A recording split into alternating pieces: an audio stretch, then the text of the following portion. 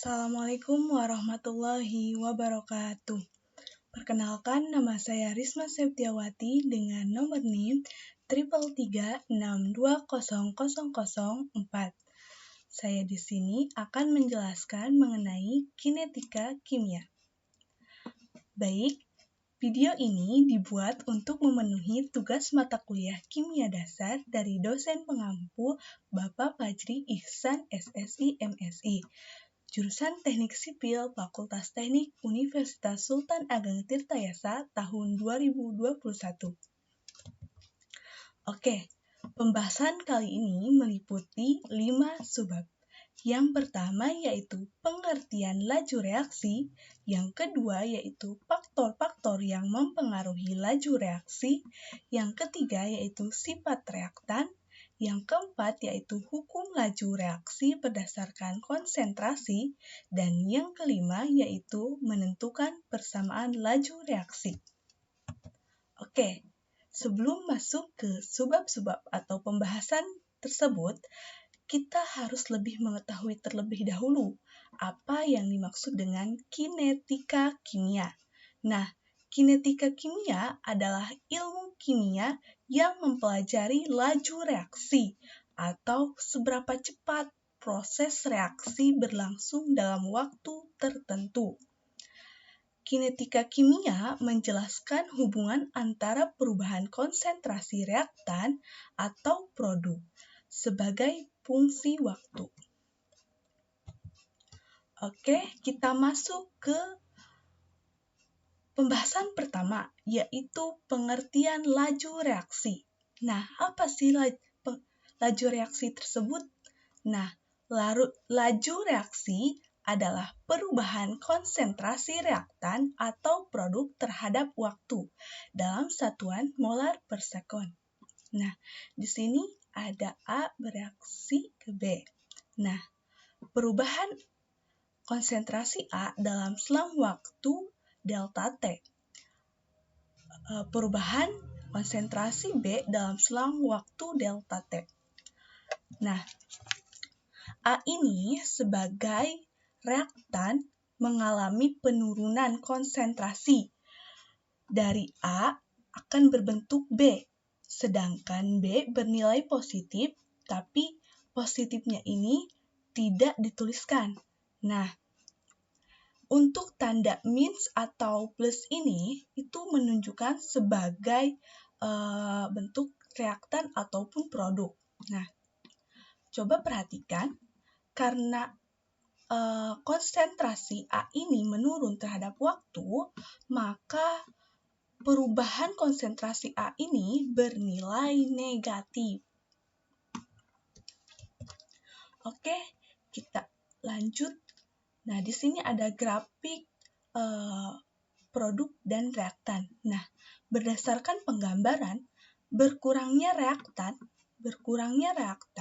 dan bertambahnya produk reaksi, maka laju reaksi dimaknai sebagai laju penurunan reaktan atau laju bertambahnya produk atau hasil reaksi. Secara umum, laju reaksi ini diartikan sebagai besarnya perubahan reaksi per satuan waktu.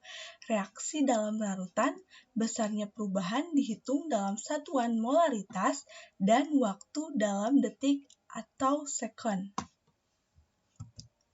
Oke, kita masuk ke pembahasan yang kedua. Faktor-faktor yang mempengaruhi laju reaksi. Nah, faktor-faktornya itu apa saja? Pertama ada konsentrasi, yang kedua yaitu luas permukaan tumbukan, yang ketiga ada katalis atau katalisator, dan yang keempat adalah suhu. Mari kita bahas satu persatu. Nah, konsentrasi. Yang namanya konsentrasi dalam kimia pasti berkaitan dengan kepekatan, ya. Dan juga partikel yang ada, di mana semakin tinggi konsentrasi, maka semakin banyak partikel, kemungkinan terjadinya tumbukan itu lebih besar, sehingga kemungkinan reaksi lebih banyak juga, sehingga kecepatan atau laju reaksi juga akan lebih banyak. Yang kedua yaitu luas permukaan tumbukan. Nah, begitu juga nih dengan luas permukaan tumbukan. Semakin banyak area yang dimiliki untuk melakukan tumbukan, maka tumbukan yang terjadi juga semakin banyak. Sehingga reaksi akan berjalan lebih cepat. Yang selanjutnya yaitu katalis atau katalisator. Katalis atau katalisator merupakan zat yang ditambahkan dapat mempercepat laju suatu reaksi, yaitu dengan menurunkan energi aktivasi EA sehingga semakin kecil energi atau terlibat dalam reaksi, namun pada akhir reaksi dia akan terbentuk kembali sehingga seakan-akan tidak ikut bereaksi. Selanjutnya suhu. Nah, mungkin kata suhu ini sudah tidak asing lagi ya. Jadi, bahwa semakin besar suhunya ini, maka gerak partikelnya akan semakin besar, sehingga energi kinetik juga semakin besar. Sehingga reaksinya akan berjalan lebih cepat.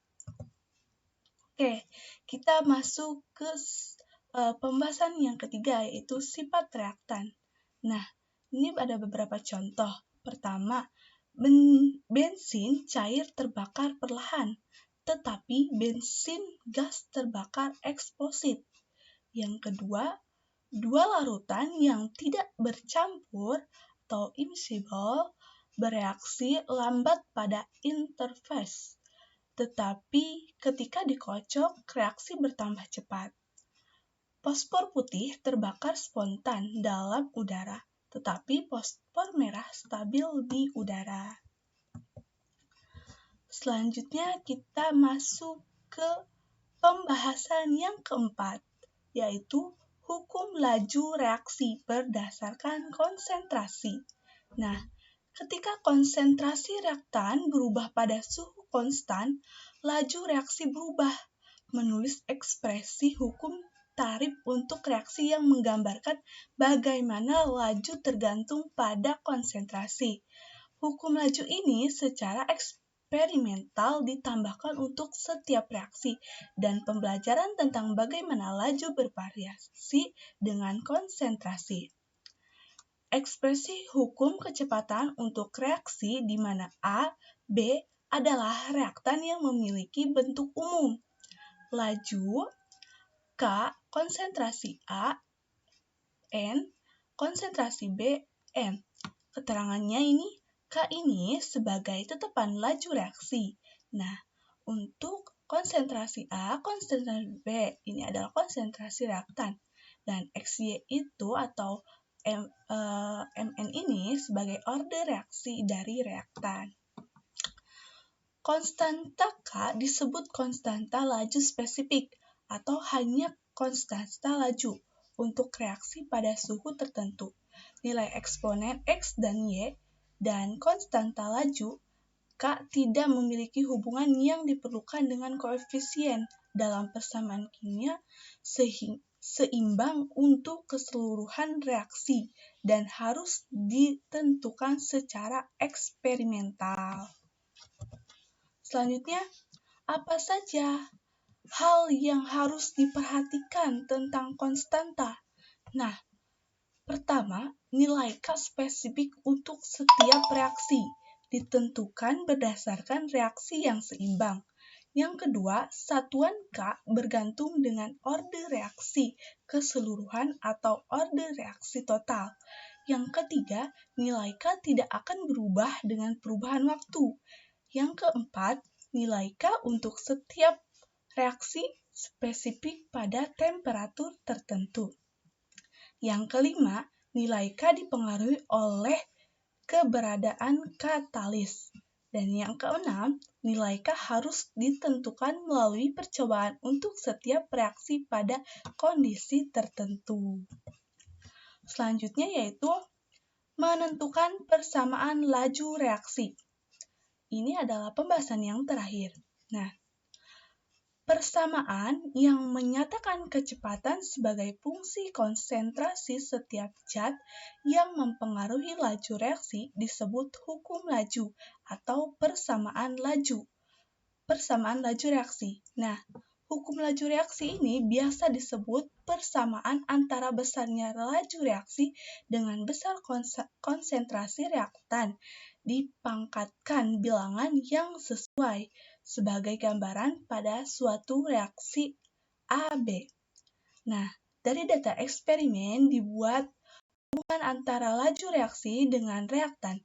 Persamaan laju reaksi dapat dinyatakan dengan V sama dengan K konsentrasi AX. Nah, P ini adalah laju reaksi, K ini sebagai tetapan laju reaksi, dan konsentrasi A, konsentrasi B ini sebagai konsentrasi reaktan, dan X adalah order reaksi. Nah, hukum laju reaksi hanya dapat ditentukan dengan eksperimen dan tidak dapat disimpulkan hanya dari persamaan reaksi. Mungkin itu saja yang dapat saya sampaikan. Kurang dan lebihnya mohon maaf. Terima kasih. Wassalamualaikum warahmatullahi wabarakatuh.